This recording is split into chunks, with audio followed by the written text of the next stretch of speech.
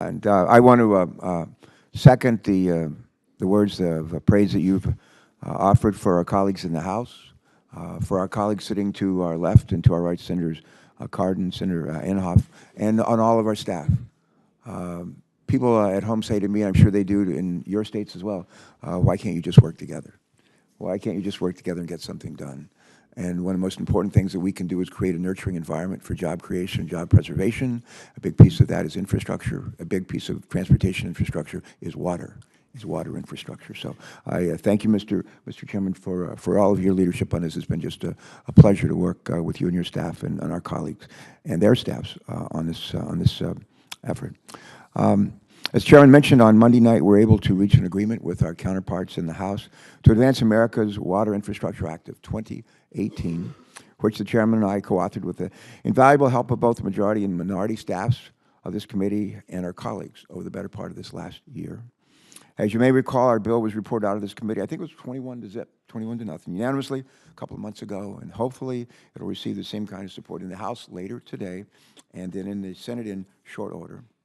In the meantime, I just want to take a moment to highlight several especially noteworthy provisions in this bill that will make significant positive differences in communities across the country, including many in my home state of Delaware, throughout the Delmarva Peninsula, and well beyond our borders.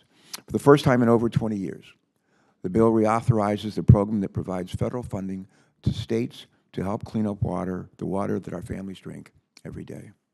The crisis that unfolded in Flint, Michigan several years ago, and that we've seen play out ever since in far too many states across our country, was both tragic and avoidable.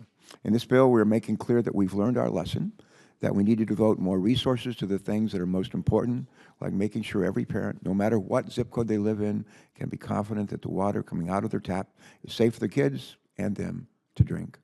Not only does this bill reauthorize this program, but we actually double its funding by 2021, fiscal 21, to the tune of nearly $2 billion. Importantly, this legislation also allows states that detect contaminants in drinking water to assist residents who depend on private wells for their drinking water rather than a public drinking water source. One every 6 Delawareans, my guess it's similar in our other states as well, depend on private wells for their drinking water. And it's just not right that if contaminants end up in their water through no fault of the citizens or the residents, that those residents have to find a way to rectify this situation solely on their own. That's just not fair. Our bill helps to change that by helping states test and treat underground sources of drinking water. Also of note, this bill authorizes investments in the waterways that keep our country moving, from the Port of Wilmington to the Port of Mobile to the Port of New York and the Port of New Jersey.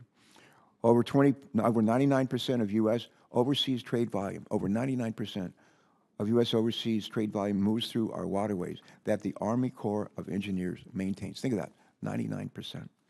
Our bill will help to improve and expand the harbors, channels, and ports on which our economy depends.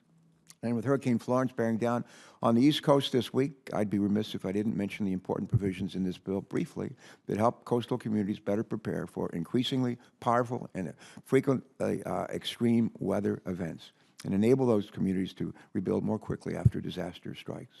Most notably, perhaps, is in light of the avoidable devastation and tragedy we saw in the wake of Hurricanes Maria and Harvey, our bill allows for the investment of $100 million in repairing drinking water systems damaged by storms, and it creates new programs to protect this critical part of our infrastructure from damage due to extreme weather events going forward.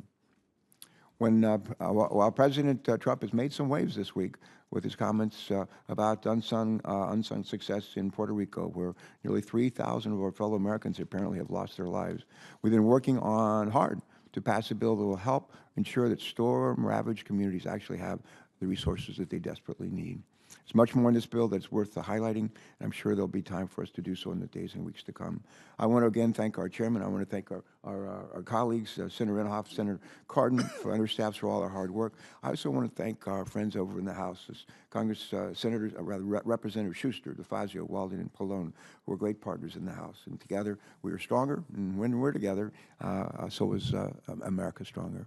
And I want to lastly thank, the PS, Secretary R.D. James, who sat right here where you're sitting, Ms. Taylor, just several months ago for his confirmation hearing to be the Assistant Secretary to head up the Army Corps of Engineers, who made this legislation a real priority, worked with the senators on this committee to craft a bill that I think we can all be proud of. And I'll end with an African proverb that I think is particularly relevant here. If you want to go fast, go alone. If you want to go far, go together. I think the fact that we've gotten a bill as substantive as this one to this point is proof that in this Congress, if you want to get meaningful work done, you've got to find some common ground and find ways to work together. So kudos to everybody in this. We say in the Navy, when something good is happening, bravo Zulu. Thank you.